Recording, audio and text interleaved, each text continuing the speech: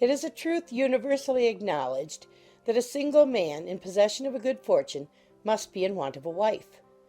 However little known the feelings or views of such a man may be on his first entering a neighbourhood, this truth is so well fixed in the minds of the surrounding families that he is considered the rightful property of some one or other of their daughters.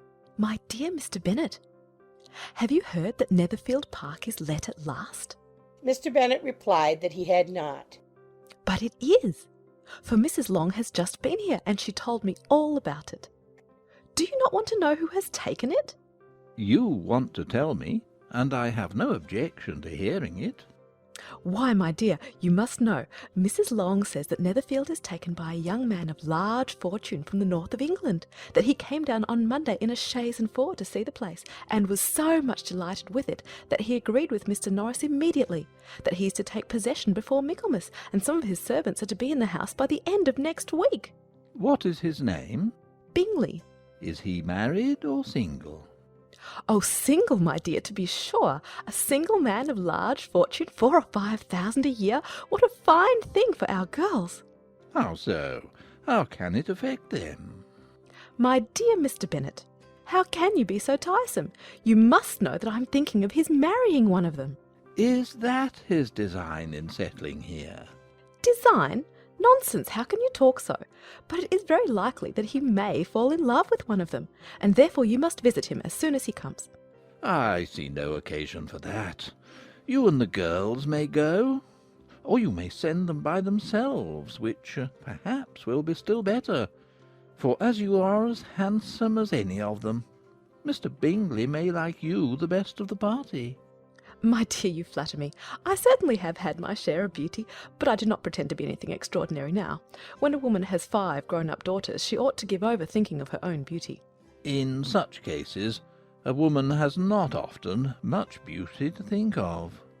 But, my dear, you must indeed go and see Mr. Bingley when he comes into the neighbourhood. It is more than I engage for, I assure you. But consider your daughters. Only think what an establishment it would be for one of them. Sir William and Lady Lucas are determined to go merely on that account, for in general, you know, they visit no newcomers.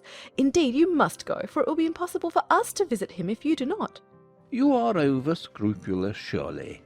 I dare say Mr. Bingley will be very glad to see you, and I will send a few lines by you to assure him of my hearty consent to his marrying whichever he chooses of the girls. Though I must throw in a good word for my little Lizzie. I desire you will do no such thing. Lizzie is not a bit better than the others, and I'm sure she is not half so handsome as Jane, nor half so good-humoured as Lydia, but you are always giving her the preference. They have none of them much to recommend them. They are all silly and ignorant, like other girls. But Lizzie has something more of quickness than her sisters. Mr. Bennet, how can you abuse your own children in such a way? You take delight in vexing me. You have no compassion on my poor nerves. You mistake me, my dear. I have a high respect for your nerves. They are my old friends. I have heard you mention them with consideration these last 20 years at least.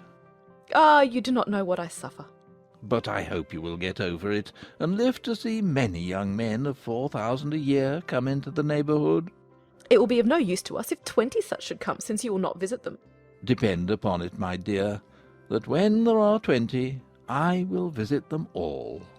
Mr. Bennet was so odd a mixture of quick parts, sarcastic humour, reserve, and caprice, that the experience of 23 years had been insufficient to make his wife understand his character. Her mind was less difficult to develop. She was a woman of mean understanding, little information, and uncertain temper. When she was discontented, she fancied herself nervous. The business of her life was to get her daughters married. Its solace was visiting and news.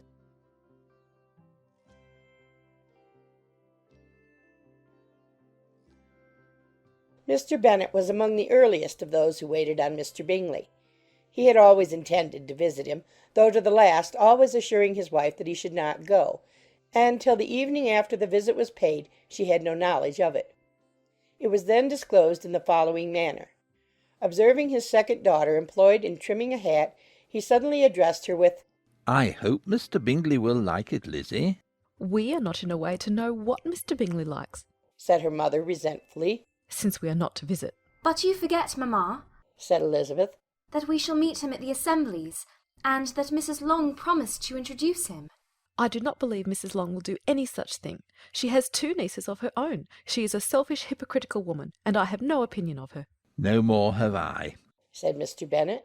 and I am glad to find that you do not depend on her serving you.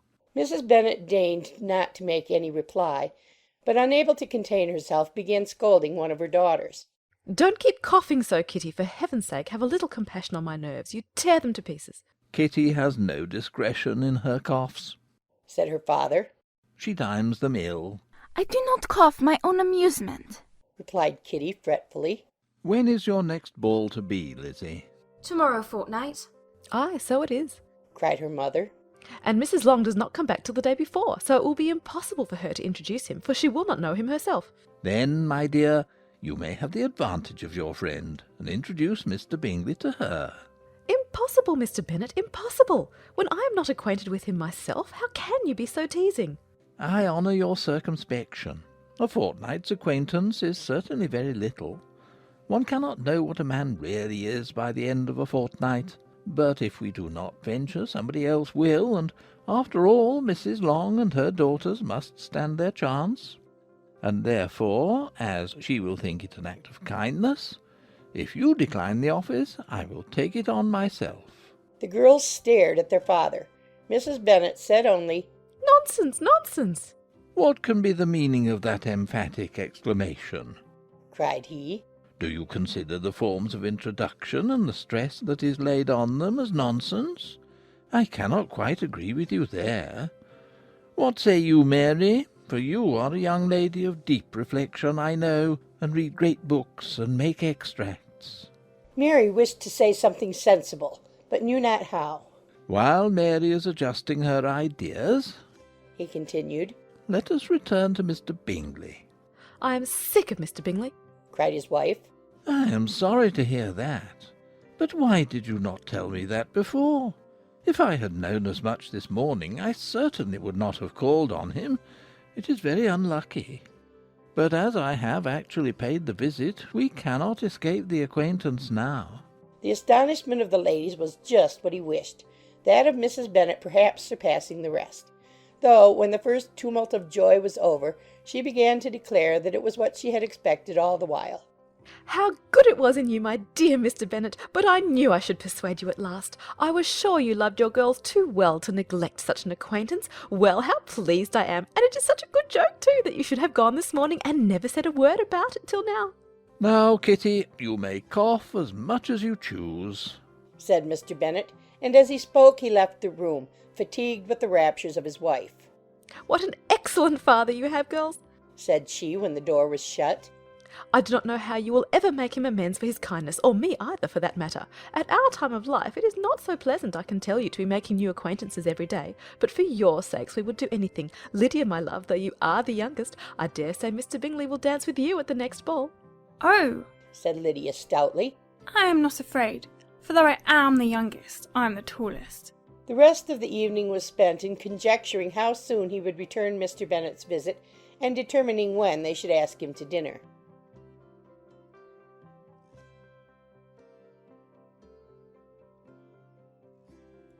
Not all that Mrs. Bennet, however, with the assistance of her 5 daughters, could ask on the subject was sufficient to draw from her husband any satisfactory description of Mr. Bingley. They attacked him in various ways, with barefaced questions, ingenious suppositions, and distant surmises, but he eluded the skill of them all, and they were at last obliged to accept the second-hand intelligence of their neighbour, Lady Lucas. Her report was highly favourable. Sir William had been delighted with him. He was quite young, wonderfully handsome, extremely agreeable, and, to crown the whole, he meant to be at the next assembly with a large party. Nothing could be more delightful. To be fond of dancing was a certain step towards falling in love, and very lively hopes of Mr. Bingley's heart were entertained. If I can see but one of my daughters happily settled at Netherfield, said Mrs. Bennet to her husband, and all the others equally well married, I shall have nothing to wish for.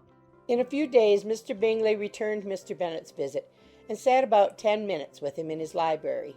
He had entertained hopes of being admitted to a sight of the young ladies, of whose beauty he had heard much, but he saw only the father. The ladies were somewhat more fortunate, for they had the advantage of ascertaining from an upper window that he wore a blue coat and rode a black horse. An invitation to dinner was soon afterwards dispatched, and already had Mrs. Bennet planned the courses that were to do credit to her housekeeping, when an answer arrived which deferred it all. Mr. Bingley was obliged to be in town the following day, and consequently unable to accept the honour of their invitation, etc. Mrs. Bennet was quite disconcerted. She could not imagine what business he could have in town so soon after his arrival in Hertfordshire, and she began to fear that he might be always flying about from one place to another, and never settled at Netherfield as he ought to be. Lady Lucas quieted her fears a little by starting the idea of his being gone to London only to get a large party for the ball, and a report soon followed that Mr. Bingley was to bring 12 ladies and 7 gentlemen with him to the assembly. The girls grieved over such a number of ladies, but were comforted the day before the ball by hearing that instead of 12 he brought only 6 with him from London, his 5 sisters and a cousin, and when the party entered the assembly room it consisted of only 5 altogether: Mr. Bingley, his 2 sisters, the husband of the eldest, and another young man. Mr. Bingley was good-looking and gentlemanlike. He had a pleasant countenance and easy, unaffected manners. His sisters were fine women with an air of decided fashion. His brother-in-law, Mr. Hurst, merely looked the gentleman, but his friend, Mr. Darcy, soon drew the attention of the room by his fine, tall person, handsome features, noble mien, and the report which was in general circulation within 5 minutes after his entrance of his having 10,000 a year. The gentlemen pronounced him to be a fine figure of a man. The ladies declared he was much handsomer than Mr. Bingley, and he was looked at with great admiration for about half the evening, till his manners gave a disgust which turned the tide of his popularity. For he was discovered to be proud, to be above his company and above being pleased, and not all his large estate in Derbyshire could then save him from having a most forbidding, disagreeable countenance, and being unworthy to be compared with his friend. Mr. Bingley had soon made himself acquainted with all the principal people in the room. He was lively and unreserved, danced every dance, was angry that the ball closed so early, and talked of giving one himself at Netherfield. Such amiable qualities must speak for themselves. What a contrast between him and his friend! Mr. Darcy danced only once with Mrs. Hurst and once with Miss Bingley, declined being introduced to any other lady, and spent the rest of the evening in walking about the room, speaking occasionally to one of his own party. His character was decided. He was the proudest, most disagreeable man in the world, and everybody hoped that he would never come there again. Amongst the most violent against him was Mrs. Bennet, whose dislike of his general behaviour was sharpened into particular resentment by his having slighted one of her daughters. Elizabeth Bennet had been obliged, by the scarcity of gentlemen, to sit down for 2 dances, and during part of that time Mr. Darcy had been standing near enough for her to hear a conversation between him and Mr. Bingley, who came from the dance for a few minutes to press his friend to join it. "Come, Darcy," said he. "I must have you dance. I hate to see you standing about by yourself in this stupid manner. You had much better dance." "I certainly shall not. You know how I detest it. Unless I am particularly acquainted with my partner, at such an assembly as this, it would be insupportable. Your sisters are engaged, and there is not another woman in the room whom it would not be a punishment to me to stand up with." "I would not be so fastidious as you are," cried Mr. Bingley. "for a kingdom. Upon my honour, I never met with so many pleasant girls in my life as I have seen this evening, and there are several of them you see uncommonly pretty." "You were dancing with the only handsome girl in the room," said Mr. Darcy, looking at the eldest Miss Bennet. "Oh, she is the most beautiful creature I ever beheld. But there is one of her sisters sitting down just behind you, who is very pretty, and I dare say very agreeable. Do let me ask my partner to introduce you." "Which do you mean?" And turning round, he looked for a moment at Elizabeth, till catching her eye, he withdrew his own, and coldly said, "She is tolerable, but not handsome enough to tempt me. I am in no humour at present to give consequence to young ladies who are slighted by other men. You had better return to your partner and enjoy her smiles, for you are wasting your time with me." Mr. Bingley followed his advice. Mr. Darcy walked off, and Elizabeth remained with no very cordial feelings toward him. She told the story, however, with great spirit among her friends, for she had a lively, playful disposition, which delighted in anything ridiculous. The evening altogether passed off pleasantly to the whole family. Mrs. Bennet had seen her eldest daughter much admired by the Netherfield party. Mr. Bingley had danced with her twice, and she had been distinguished by his sisters. Jane was as much gratified by this as her mother could be, though in a quieter way. Elizabeth felt Jane's pleasure.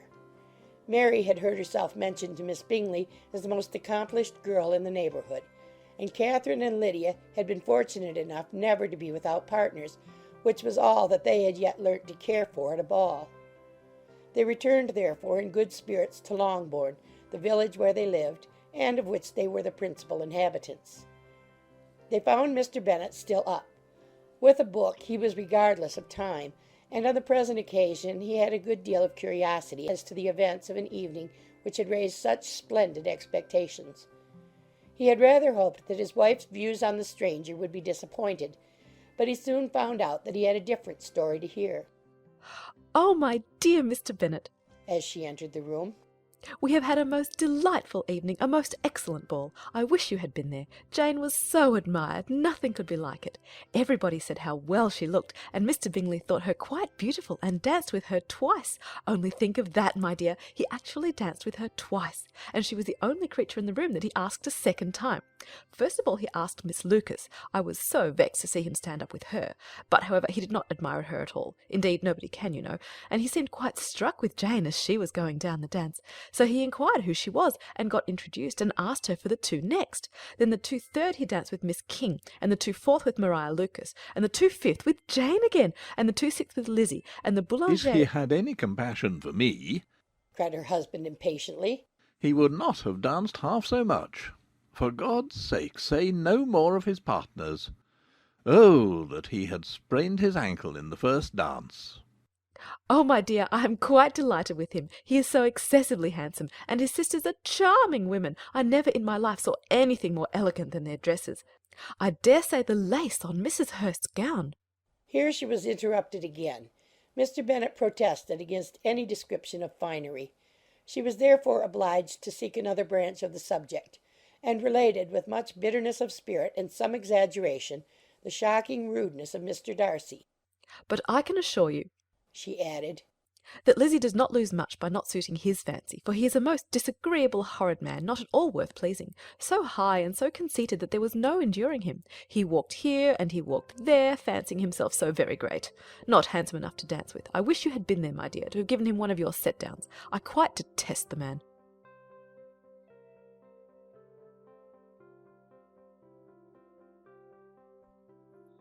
When Jane and Elizabeth were alone, the former, who had been cautious in her praise of Mr. Bingley before, expressed to her sister just how very much she admired him.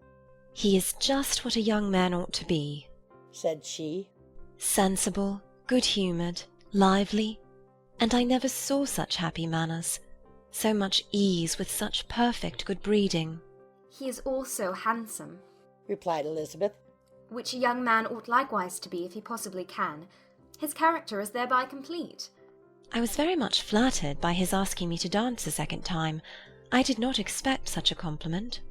Did not you? I did for you. But that is one great difference between us. Compliments always take you by surprise, and me never. What could be more natural than his asking you again? He could not help seeing that you were about 5 times as pretty as every other woman in the room. No thanks to his gallantry for that. Well, he certainly is very agreeable, and I give you leave to like him. You have liked many a stupider person. Dear Lizzie! Oh, you are a great deal too apt, you know, to like people in general. You never see a fault in anybody. All the world are good and agreeable in your eyes. I never heard you speak ill of a human being in your life. I would not wish to be hasty in censuring anyone, but I always speak what I think. I know you do, and it is that which makes the wonder. With your good sense, to be so honestly blind to the follies and nonsense of others. Affectation of candour is common enough. One meets with it everywhere. but to be candid without ostentation or design, to take the good of everybody's character and make it still better, and say nothing of the bad, belongs to you alone. And so you like this man's sisters too, do you? Their manners are not equal to his. Certainly not, at first. But they are very pleasing women when you converse with them. Miss Bingley is to live with her brother and keep his house, and I am much mistaken if we shall not find a very charming neighbour in her. Elizabeth listened in silence, but was not convinced. Their behaviour at the assembly had not been calculated to please in general, and with more quickness of observation and less pliancy of temper than her sister, and with a judgment too unassailed by any attention to herself, she was very little disposed to approve them. They were in fact very fine ladies, not deficient in good humour when they were pleased, nor in the power of making themselves agreeable when they chose it, but proud and conceited. They were rather handsome, had been educated in one of the first private seminaries in town, had a fortune of £20,000, were in the habit of spending more than they ought, and of associating with people of rank, and were therefore in every respect entitled to think well of themselves and meanly of others. They were of a respectable family in the north of England, a circumstance more deeply impressed on their memories than that their brother's fortune and their own had been acquired by trade. Mr. Bingley inherited property to the amount of nearly £100,000 from his father, who had intended to purchase an estate, but did not live to do it. Mr. Bingley intended it likewise, and sometimes made choice of his county, but as he was now provided with a good house and the liberty of a manor, it was doubtful to many of those who best knew the easiness of his temper whether he might not spend the remainder of his days at Netherfield, and leave the next generation to purchase. His sisters were anxious for his having an estate of his own, but though he was now only established as a tenant, Miss Bingley was by no means unwilling to preside at his table, nor was Mrs. Hurst, who had married a man of more fashion than fortune, less disposed to consider his house as her home when it suited her. Mr. Bingley had not been of age 2 years when he was tempted by an accidental recommendation to look at Netherfield House. He did look at it and into it for half an hour, was pleased with the situation in the principal rooms, satisfied with what the owners said in its praise, and took it immediately. Between him and Darcy there was a very steady friendship, in spite of great opposition of character. Bingley was endeared to Darcy by the easiness, openness, and ductility of his temper, though no disposition could offer a greater contrast to his own, and though with his own he never appeared dissatisfied. On the strength of Darcy's regard, Bingley had the firmest reliance, and of his judgment the highest opinion. In understanding, Darcy was the superior. Bingley was by no means deficient, but Darcy was clever. He was at the same time haughty, reserved, and fastidious, and his manners, though well bred, were not inviting. In that respect his friend had greatly the advantage. Bingley was sure of being liked wherever he appeared. Darcy was continually giving offence. The manner in which they spoke of the Meryton assembly was sufficiently characteristic. Bingley had never met with more pleasant people or prettier girls in his life. Everybody had been most kind and attentive to him. There had been no formality, no stiffness. He had soon felt acquainted with all the room, and as to Miss Bennet, he could not conceive an angel more beautiful. Darcy, on the contrary, had seen a collection of people in whom there was little beauty and no fashion, for none of whom he had felt the smallest interest, and from none received either attention or pleasure. Miss Bennet he acknowledged to be pretty, but she smiled too much. Mrs. Hurst and her sister allowed it to be so, but still they admired her and liked her, and pronounced her to be a sweet girl, and one whom they would not object to know more of. Miss Bennet was therefore established as a sweet girl, and their brother felt authorized by such commendation to think of her as he chose.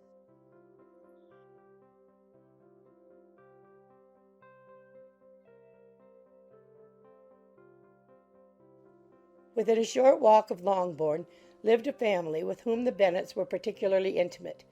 Sir William Lucas had been formerly in trade in Meryton, where he had made a tolerable fortune, and risen to the honour of knighthood by an address to the king during his mayoralty. The distinction had perhaps been felt too strongly. It had given him a disgust to his business and to his residence in a small market town, and in quitting them both he had removed with his family to a house about a mile from Meryton, denominated from that period Lucas Lodge, where he could think with pleasure of his own importance, and, unshackled by business, occupy himself solely in being civil to all the world. For though elated by his rank, it did not render him supercilious. On the contrary, he was all attention to everybody. By nature inoffensive, friendly, and obliging, his presentation at St. James's had made him courteous. Lady Lucas was a very good kind of woman, not too clever to be a valuable neighbour to Mrs. Bennet. They had several children. The eldest of them, a sensible, intelligent young woman about 27, was Elizabeth's intimate friend. That the Miss Lucases and the Miss Bennets should meet to talk over a ball was absolutely necessary, and the morning after the assembly brought the former to Longbourn to hear and to communicate. You began the evening well, Charlotte, said Mrs. Bennet with civil self-command to Miss Lucas. You were Mr. Bingley's first choice. Yes, but he seemed to like his second better. Oh, you mean Jane, I suppose, because he danced with her twice. To be sure, that did seem as if he admired her. Indeed, I rather believe he did. I heard something about it, but I hardly know what. Something about Mr. Robinson? Perhaps you mean what I overheard between him and Mr. Robinson. Did not I mention it to you? Mr. Robinson's asking him how he liked our Meryton assemblies, and whether he did not think there were a great many pretty women in the room, and which he thought the prettiest, and his answering immediately to the last question, "Oh, the eldest Miss Bennet, beyond a doubt. There cannot be two opinions on that point."